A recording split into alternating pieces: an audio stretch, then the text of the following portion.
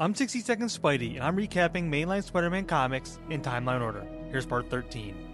Harry Osborn is suffering from addiction and schizophrenia, which his father Norman blames on Peter and his friends. Dealing with these struggles, Norman has a mental break and regains his Green Goblin persona and kidnaps Gwen Stacy to get back at Peter. The two battle on top of a bridge, where Spidey seemingly wins, but Goblin knocks the passed-out Gwen Stacy off the bridge. Using his webbing, Peter catches her as she falls, but when he pulls her up, he realizes that he was too late to save her. Green Goblin is gloating after ending Gwen's life, so Peter fights him off in a rage. Crushed by grief, Peter leaves Gwen's body with the police and heads to the Daily Bugle, where Robbie gives him a crucial lead, a warehouse owned by Norman Osborn. Spider-Man confronts the Goblin one last time. The fight is brutal, with Peter beating him within an inch of his life. In a desperate final move, the Goblin launches his glider at Spider-Man, but Pete dodges it so it fatally impales Norman. As Spider-Man leaves, an unseen figure watches from the shadows. Back at home, Mary Jane sheds her party girl persona and helps comfort Peter. Norman's body is being taken away, but someone took all the evidence that he was the Green Goblin from the scene. Peter and his friends are deep in mourning at Gwen's funeral, as Jameson pays the hero-for-hire Luke Cage to take on Spidey, thinking he is responsible for his innocent friend Norman Osborn. Spidey is able to talk Cage down, who realizes he was in the wrong, and promptly gives Jameson a refund. Jonah's son John is visiting New York City as Mary Jane continues to try to help a grieving Peter. That night, a man turns into a werewolf, then heads to the Daily Bugle where he attacks Jonah.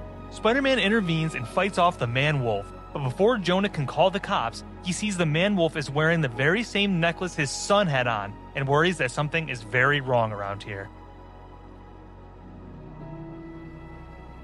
Spider-Man is fighting the werewolf that was attacking Jameson last issue, but it flees as the moon starts to set. Continuing to spiral, Harry Osborn lashes out at Mary Jane, as Jonah's son John reveals he found a moon rock and made it into a necklace which bonded to his skin, making him the man-wolf.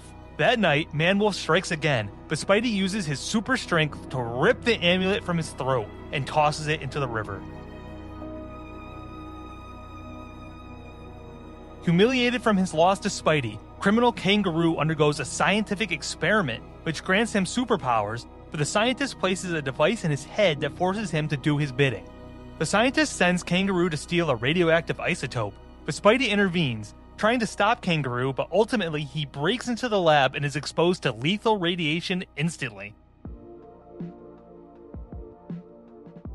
Mary Jane has witnessed a murder at her apartment, but is too afraid to go to the police after the attacker threatened her. Spider-Man ends up realizing Vulture was the murderer, but he kidnaps Mary Jane to silence her. Flashing back to what happened to Gwen, Peter conquers his fears and saves MJ, then saves a lab assistant as he continues his fight with Vulture, who grabs him and drops him from high up in the sky. After being dropped by Vulture, Spider-Man thinks fast, shooting webs to make a trampoline to break his fall. Digging into Vulture's latest victim, Peter discovers she was roommates with the lab assistants he saved last issue. Following that lead, he tracks her down. The truth comes out. This is a new Vulture, scientist Clifton Shallot. Using a mutation device, he gave himself Vulture powers and tried to silence the lab assistant to protect his identity, but accidentally attacked her roommate instead. Spider-Man faces off against Vulture 3.0 and in the end, injects him with an antidote, reversing the mutation and turning him back into a normal old man. The new vigilante Punisher is training to take out Spider-Man because the Jackal has convinced him Spidey is evil. While swinging through the city, Spider-Man is attacked by Punisher and tries to convince him that he's not a villain at all. Seeing Punisher is about to lose, Jackal joins in and forces Spidey to flee. Later, Punisher finds Spidey again, but during their fight, Peter is able to convince him that Jackal is using him, so Punisher leaves, ready to take on real criminals.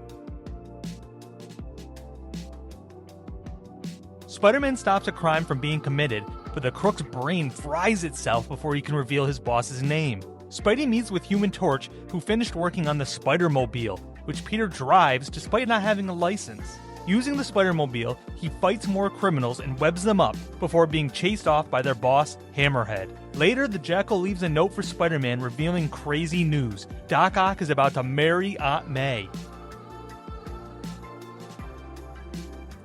Spidey watches in horror as Aunt May and Ock have a wedding that's interrupted by Hammerhead, forcing Ock and Aunt May to flee. Spider-Man hitches a ride with Hammerhead in pursuit to an island in Canada, full of uranium that Aunt May apparently inherited, which is why Ock wanted to marry her. Yeah, this is pretty absurd, huh? Spider-Man ends up taking Aunt May with him as he somehow flies a jet back to New York.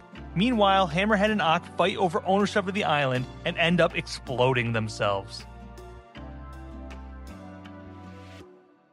When a radioactive meteor is stolen, Bugle reporter Ned Leeds follows the trail and ends up attacked. Spidey arrives to help and learns that the thief was Molten Man, who's mutated and generates intense heat. Spidey makes web gloves to fight him off and then tricks him into crashing into a fire hydrant. Peter rushes Ned to the hospital, but they both collapse from radiation poisoning. Molten Man is attacking a hospital, looking for reporter Ned Leeds to silence him, but Peter battles the radiation poisoning he got last issue and scares him off with a hose. Peter's old classmate Liz Allen admits to MJ that Molten Man is her stepbrother. Molten Man dons an asbestos mask, but his fluctuating powers force him to lose control. Completely out of his mind, Molten Man rampages and, despite Spidey's warnings, jumps into the river and explodes when his heat hits the cold water. Peter and his friends are on a river cruise, which ends up hijacked by the new criminal Tarantula. Peter sneaks off to swap to Spidey and saves someone who was thrown overboard, but has to run home to get webbing and is unknowingly washed by Harry Osborn. On the boat, Flash Thompson fights back against Tarantula's thugs as Spider-Man reappears and fights off Tarantula, just as the Punisher appears ready to take down Spidey. Punisher thinks Spider-Man was partnering with Tarantula to hijack the river cruise last issue, which gives Tarantula time to escape.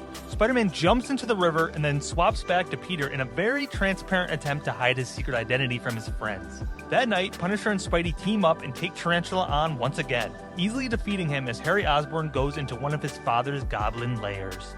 Thanks for watching part 13 of my Spider-Man Timeline Recap. Like, follow, and subscribe as I post daily shorts and long-form compilations.